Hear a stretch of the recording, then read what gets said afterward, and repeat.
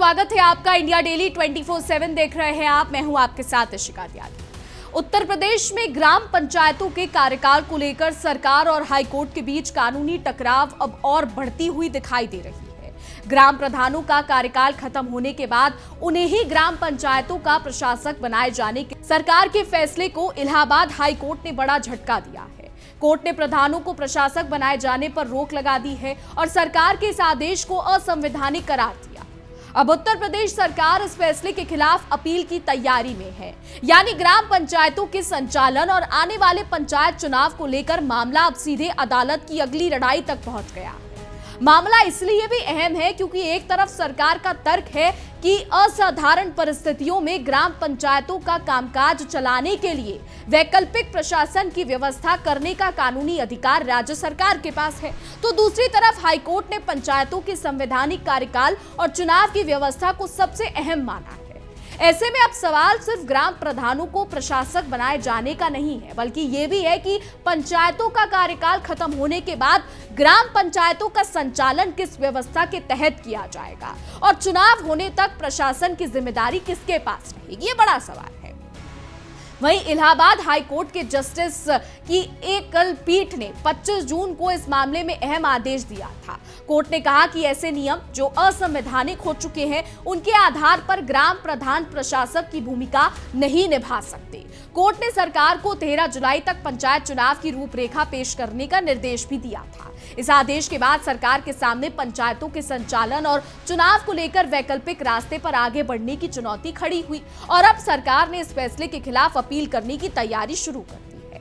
High court के आदेश में संविधान के अनुच्छेद 243C और पंचायतों से जुड़े दूसरे संवैधानिक प्रावधानों का भी उल्लेख किया गया है। कोर्ट की व्यवस्था के मुताबिक पंचायत का कार्यकाल 5 साल से ज्यादा नहीं बढ़ाया जा सकता।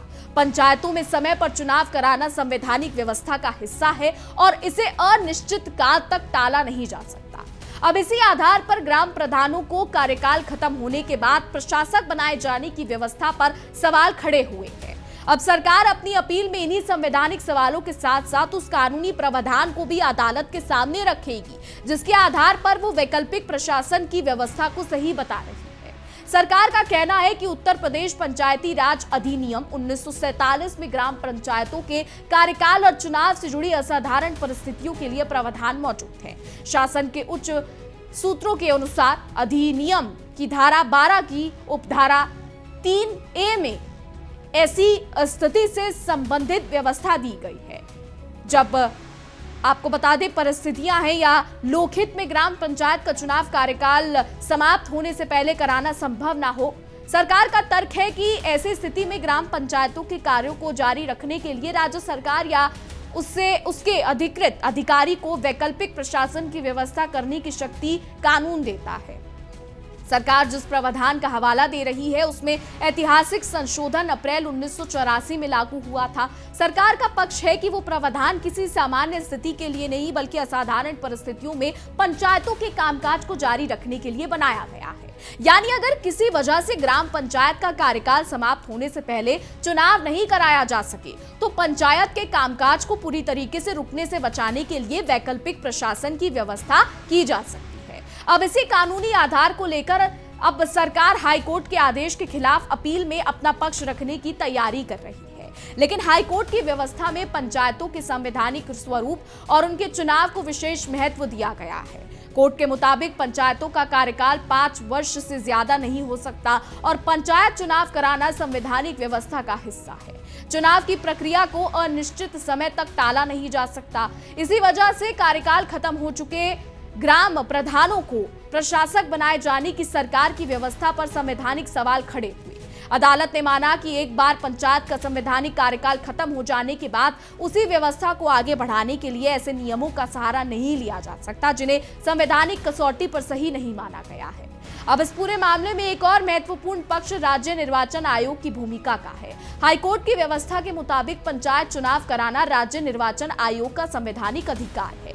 ऐसे में सरकार की ओर से ग्राम प्रधानों को प्रशासक बनाए जाने की व्यवस्था को लेकर ये सवाल सामने आया कि पंचायत का निर्वाचित कार्यकाल समाप्त होने के बाद प्रशासनिक व्यवस्था किस तरीके की हो सकती है और उस व्यवस्था का संवैधानिक आधार क्या होगा। अब सरकार अपनी अपील में ये बताने की कोशिश करेगी कि असाधारण परिस्थितियों में ग्राम पंचायतों के संचालन के लिए वैकल्पिक प्रशासन की व्यवस्था कराने और करने का अधिकार कानून में मौजूद है और इस अधिकार का इस्तेमाल पंचायत चुनाव की संवैधानिक व्यवस्था को खत्म करने के लिए नहीं बल्कि पंचायतों का कामकाज जारी रखने के लिए किया जा सकता है।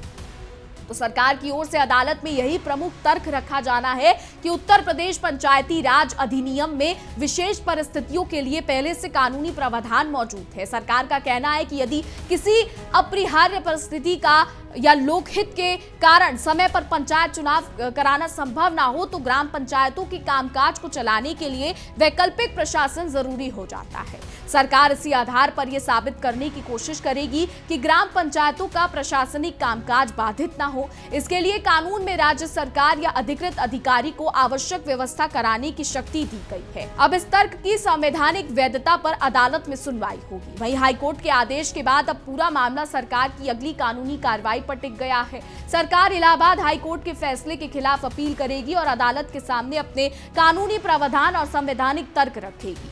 दूसरी तरफ हाईकोर्ट पहले ही साफ कर चुका है कि पंचायत का कार्यकाल 5 वर्ष से ज्यादा नहीं बढ़ाया जा सकता और पंचायत चुनाव कराना संवैधानिक व्यवस्था का जरूरी हिस्सा है।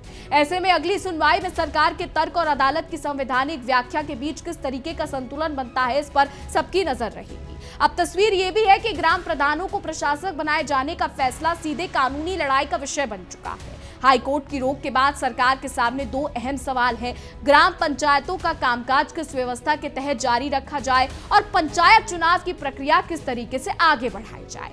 सरकार का दावा है कि असाधारण परिस्थितियों में वैकल्पिक प्रशासन की व्यवस्था के लिए कानून में अधिकार दिया गया है, जबकि हाईकोर्ट की व्यवस्था पंचायतों के संवैधानिक कार्यकाल और चुनाव की अनिवार्यता पर जोर देती है। इन्हीं दोनों पहलुओं के बीच अब आगे की कानूनी लड़ाई तय होगी।